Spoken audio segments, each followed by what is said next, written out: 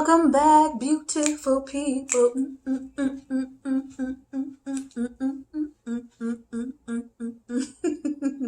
Hey, I'm Dani. Welcome back to another episode of I Be Booking, and we are on episode 2, book 2. So in this episode, I will be discussing Pimp.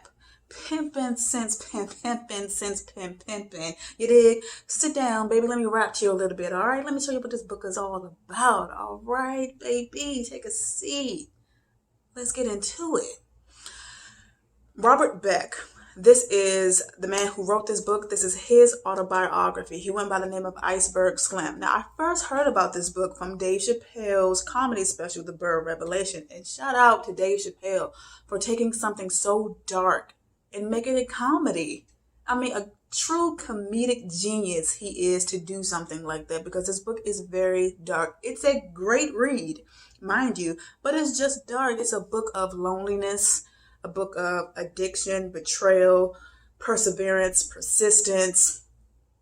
And he was a pimp in the 40s and 50s, and this book was published in 1967.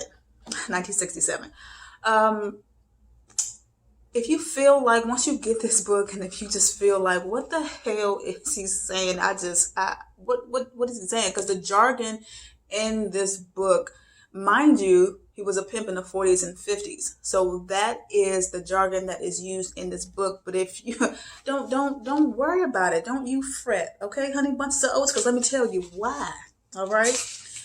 There is a glossary at the back of the book. So you can walk with him in that world. You can understand everything, because the understanding is at the back of the book. Okay. So, this book, like I said, is a book of it. He really dropped some gems in this book if you really pay attention to it.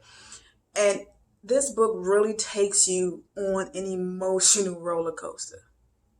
Emotional roller coaster.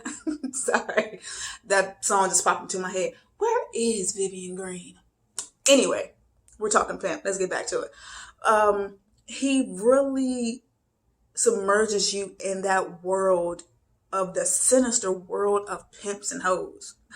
Pimps and hoes, pimps and hoes. Gotta have my pimps and hoes.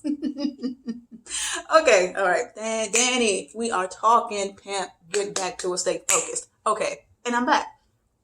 But yes, he really submerges you in that world. There, it's he lived one hell of a life, and he had one hell of a story to tell. I want to tell you all just one part of the book, and I'm gonna put spoiler alert right here. If you don't want to hear it, I mean, take a walk, close your ears. I don't know, but don't cut me off. All right, just let it play. But just, if you don't want to hear this little bit of a spoiler, just get up and just walk to the other room someplace. But I'm gonna tell you this book. This whole book, like I said, will make you feel so many things. You will feel disgusted. It makes you laugh a little bit, just a little, but you will feel disgusted. You will feel mad. You will feel sad. It's just a whole range of emotions. But I'm just going to say this little piece of the book.